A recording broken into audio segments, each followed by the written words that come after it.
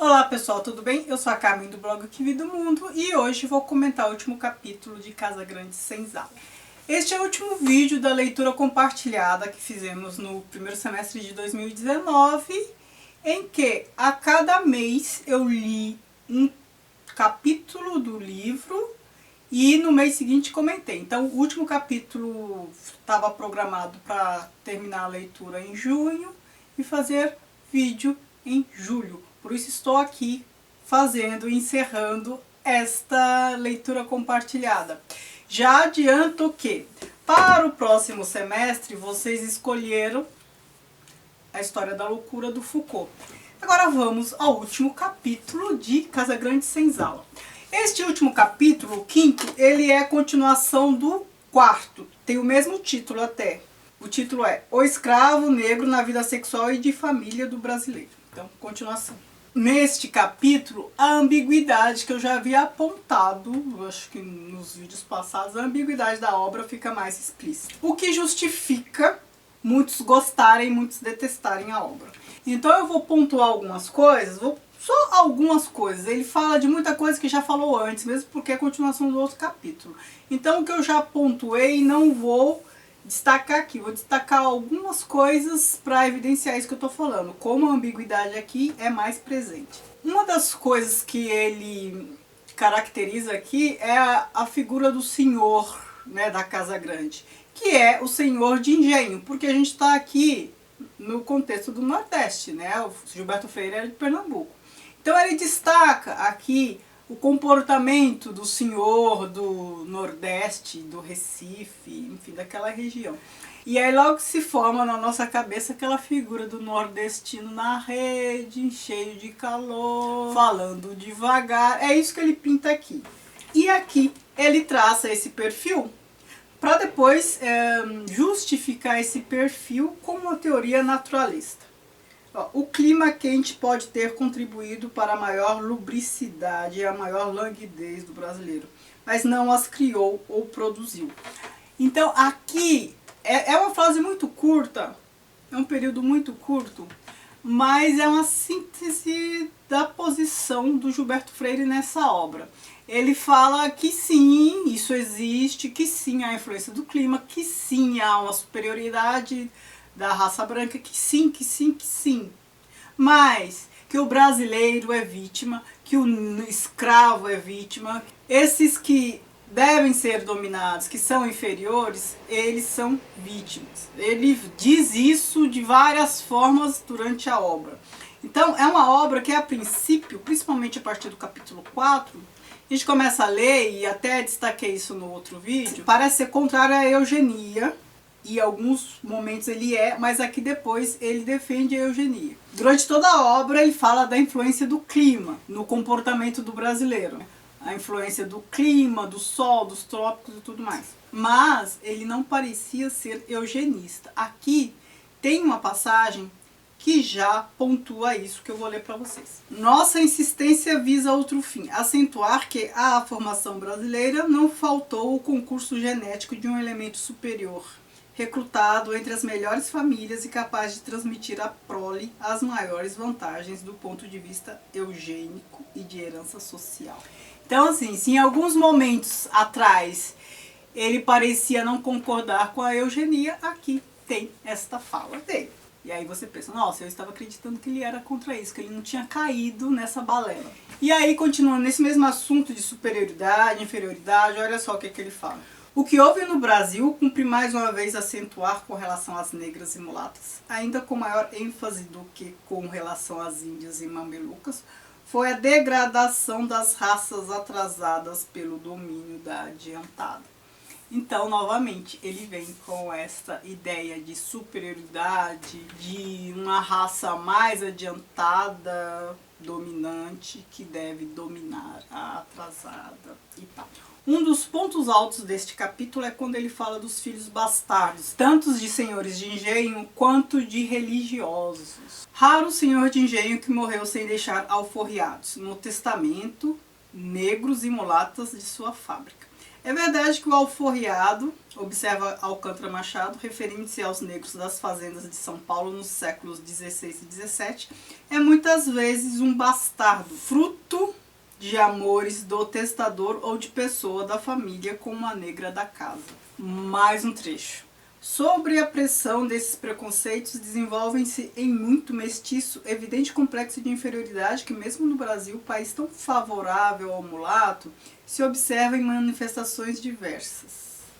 Tão favorável ao mulato. Por essas coisas que ele fala, essa forma romanceada de tratar o escravo negro e tal, dizendo que eles são benquistos, dizendo coisas bonitas, que eles amaciam a língua, que eles isso, que aquilo, que muita gente detesta essa obra. É como se ele estivesse jogando para debaixo do tapete todos os maus traços, toda a condição abjeta e tal, e só estivesse exaltando essas características aqui, que ele acredita serem positivas. Ele vê vantagem onde não há. E aqui ele fala dos filhos bastardos de padres, de religiosos.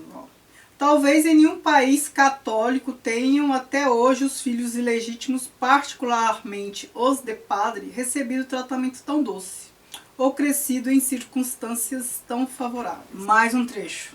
Acresce que a atividade patriarcal dos padres, embora exercida muitas vezes em condições morais desfavoráveis, trouxe à formação do Brasil a contribuição de um elemento social e eugenicamente superior. Homens das melhores famílias e da mais alta capacidade intelectual. Indivíduos educados e alimentados como nenhuma outra classe. Em geral, transmitiram aos descendentes brancos e mesmo mestiços essa sua superioridade ancestral e de vantagens sociais, inclusive a da cultura intelectual e da riqueza. Então aqui ele está associando os dois temas que eu comentei, filhos bastardos de religiosos e a eugeria. Então assim, ora, o fato de religiosos terem filhos, na verdade é até uma dádiva, uma coisa boa, porque aí purifica, enaltece, enobrece o descendente.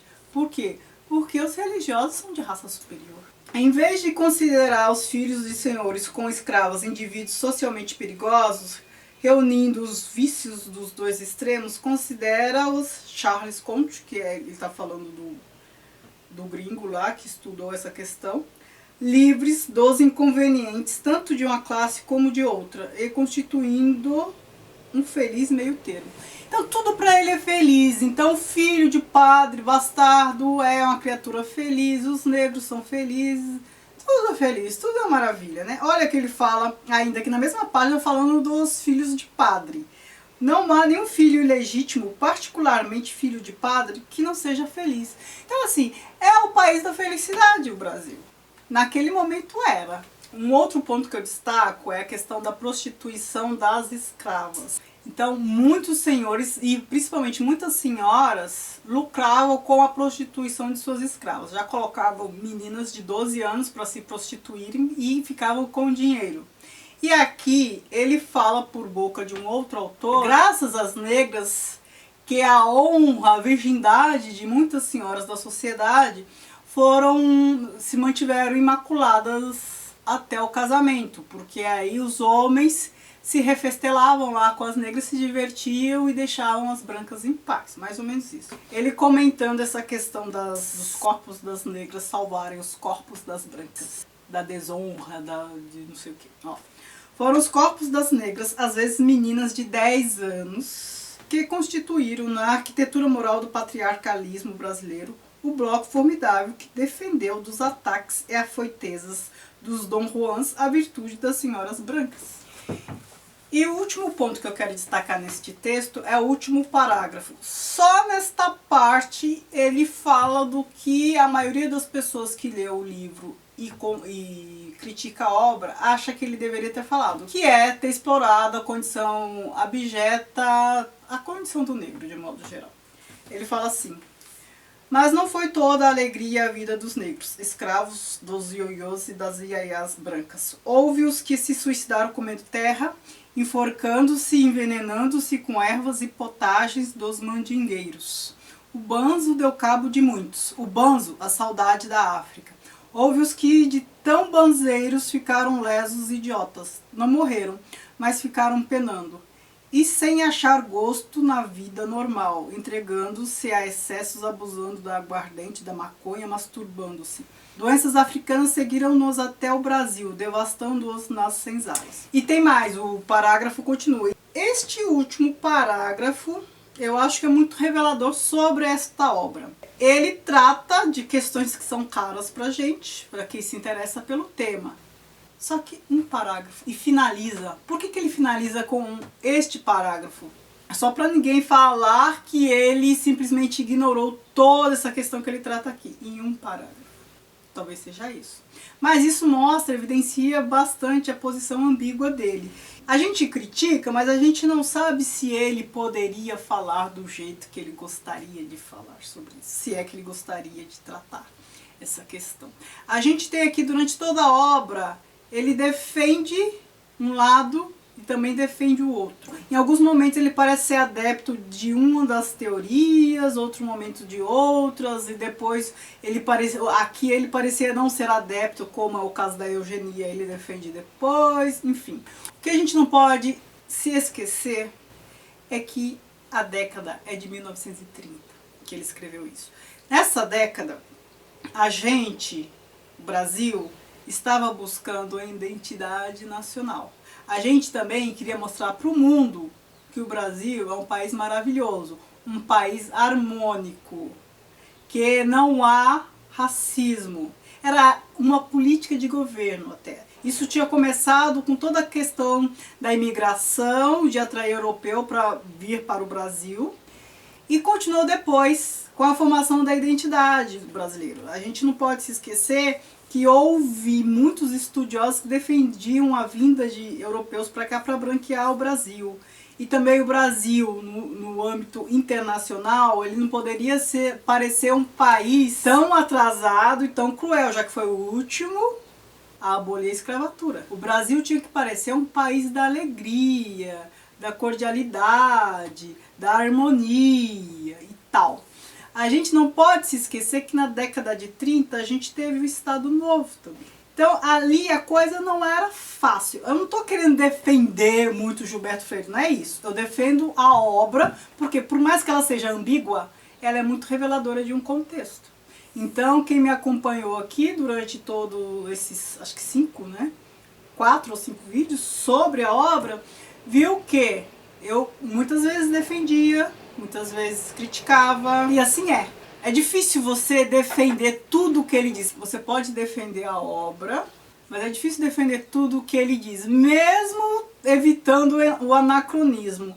O fato de aquelas teorias naturalistas estarem vigentes naquela época justifica muita coisa. Então a gente tem esse elemento. Eram as teorias vigentes da eugenia, da superioridade e tudo mais.